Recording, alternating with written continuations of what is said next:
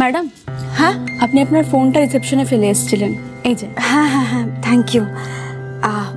বলছি যে যিনি আছেন একটু ওনার খেয়াল রাখবেন।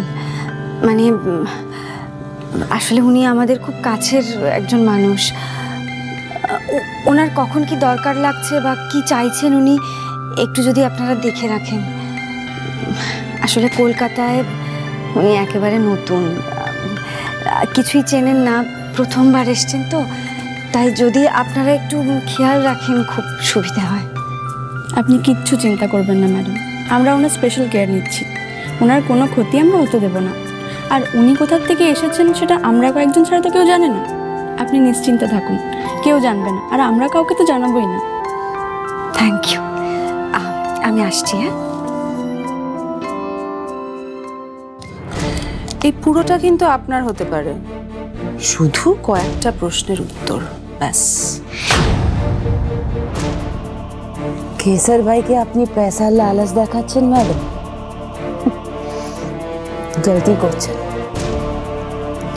আপনার এই পয়সা না আপনি আপনার কাছেই রাখেন, যান यहाँ से। আপনি আমার কোনো সওয়ালের জবাব দেবেন না। আপনি কোথা থেকে এসেছেন, কি চান, কিছু বলবেন না। আমি আপনাকে জবাব দেব? আমি भी কিছু বলবো না। মাফ করুন ম্যাডাম, যান यहाँ से। বোকা কাকে বলে? আচ্ছা, আপনি যে মেয়েটাকে ছোট থেকে এত বড় করলেন তাকে ফেরত পেতে চাইবেন না?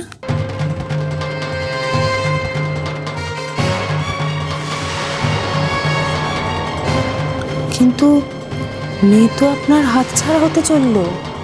আহা, হতে চললো বলছি কেন, হয়েই গেছে বলা যায়। আপনার মেয়ে এখন পড়াশোনা করবে, বড় বড় পরীক্ষা দেবে, ওর প্রোফাইলটাই অন্যরকম হয়ে যাবে। মানে high profile family, high profile লোকজন, আশেপাশে সব বড় বড় ব্যাপার। তখন কি আপনাকে ওর পাশে মানাবে? আই মিন, আপনি কি ওর পাশে গিয়ে দাঁড়াতে পারবেন? কিংবা ও ওর পাশে আপনাকে দাঁড়াতে অ্যালাউ করবে তো? করবে না। এই যে আপনি এতদিন ধরে ছোট্ট মেয়েটাকে বড় করলেন, জাস্ট ভুলে যাবে আপনাকে, ভুলে যাবে, অ্যাভয়েড করবে। তখন কি হবে ভেবে দেখেছেন? এতদিন ধরে যার জন্য এত কিছু করলেন, আলটিমেটলি সে আপনাকে ভুলে যাবে। তখন সেটা মানতে পারবেন তো? ভাবুন, ভালো করে ভাবুন। আমি আবার আসবো, তখন না হয় কথা হবে। এখন আসি। হ্যাঁ,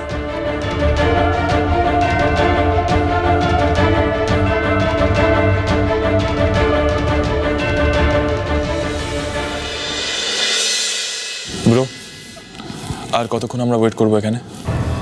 নীল একটু দাঁড়ায়, ইরা কেন আসছে না আমি বুঝতে পারছি না, একটু ওয়েট কর। অদ্ভুত তো, কেউ তো আমার কথার কোনো উত্তরই দিচ্ছে না। কি হচ্ছে এটা কি এখানে, আমি তো কিচ্ছু বুঝতে পারছি না। যার যা ইচ্ছে করে চলেছে এ বাড়িতে। নীল, ডিভোর্স মানেটা কি? কই আমরা তো কেউ কিচ্ছু জানতাম না। আসলে আসলে এ বাড়িতে কেউ আমাদের কিছু জানানোর প্রয়োজনই মনে করে না। আমরা আছি, পড়ে আছি, এরকম একটা ভাব। আচ্ছা বৌদি, তোমাকে কি সব জানতে হবে? আর কেন কি আমাদের পার্সোনাল ম্যাটারে নাক গলাতে আসছো? কি কি বললে তুমি? আমি তোমাদের পার্সোনাল ম্যাটারে নাক গলাচ্ছি? আসলে আসলে এখানে সবাই যার ইচ্ছে মতো কাজ করছে। ইরা কোত্থেকে একটা মেয়েকে তুলে এনে নিজের মেয়ে বলে বাড়িতে রেখে দিল, আর তার উপর ডিভোর্স নিয়ে কথা হচ্ছে। আমি তো ভাবতেই পারছি না। এই ব্যাপারটা সবাইকে জানাবো বলেই তো মিস্টার রয়কে বাড়িতে ডেকেছি। হীরা, এসব কি হচ্ছে বলো তো? টিয়া, যা তো মা, ওই আরও ঘরে গেছে এক্ষুনি, তুই যা ওর কাছে যা। অভিক, তিস্তা আর নীল ওরা আর একসাথে থাকতে চাইছে না। হ্যাঁ, ওরা ওদের এই সম্পর্কটা রাখতে চায় না। ওরা বোধহয় একজন আরেকজনের সাথে আর মানিয়ে নিতে পারছে না। ওদের ভেতর অনেকটা দূরত্ব তৈরি হয়েছে, আর সেটা আজ নয়, বহু বছর ধরে হয়েছে। ওরা অবশ্য আমাদের কাউকে কিচ্ছু জানায়নি। আমি খানিকটা আঁচ করেছিলাম, আমি ওদের দুজনকেই জিজ্ঞেসও করেছি, কিন্তু ওদের ব্যক্তিগত ব্যাপার বলেই হয়তো আমাকে বলতে চাইনি, আমাকে বারবার এড়িয়ে গেছে। আমি তো জাস্ট ভাবতেই পারছি না, নীল আর তিস্তা ডিভোর্স করছে। এটা হতে দেওয়া যায় না। হীরা, তুমি কিছু বলো।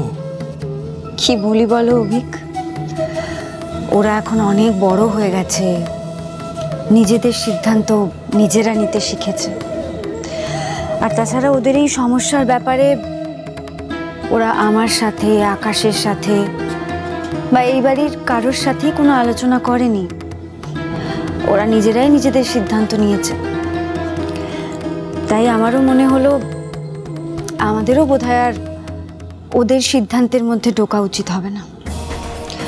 দেখো, আমরা সবাই এক বাড়িতে থাকি, একে অন্যের সুখে দুঃখে সঙ্গে থাকতে পারি, কিন্তু আমাদের সিদ্ধান্ত, আমাদের ইচ্ছে তো ওদের উপর জোর করে চাপিয়ে দিতে পারি না।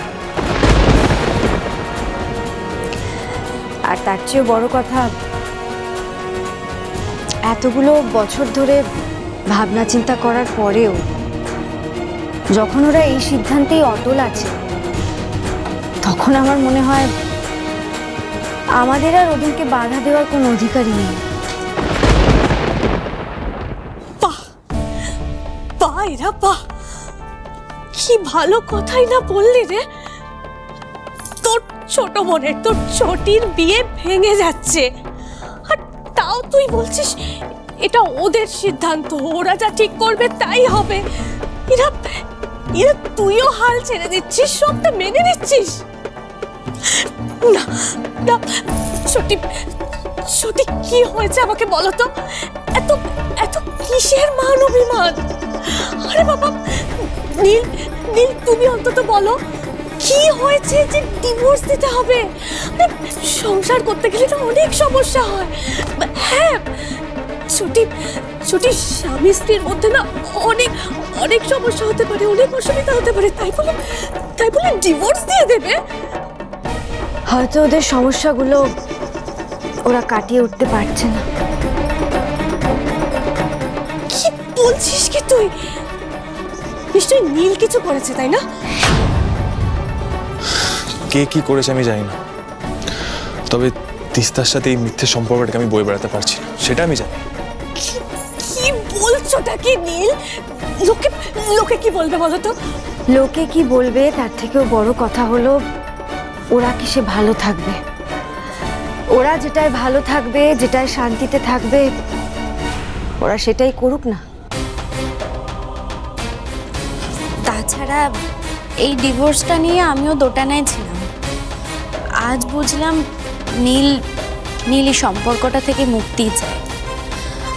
আর বৌদি, দি যখন সবটা মেনেই নিয়েছে, তখন আমার ওই ডিভোর্সটা করতে আর কোনো প্রবলেম নেই।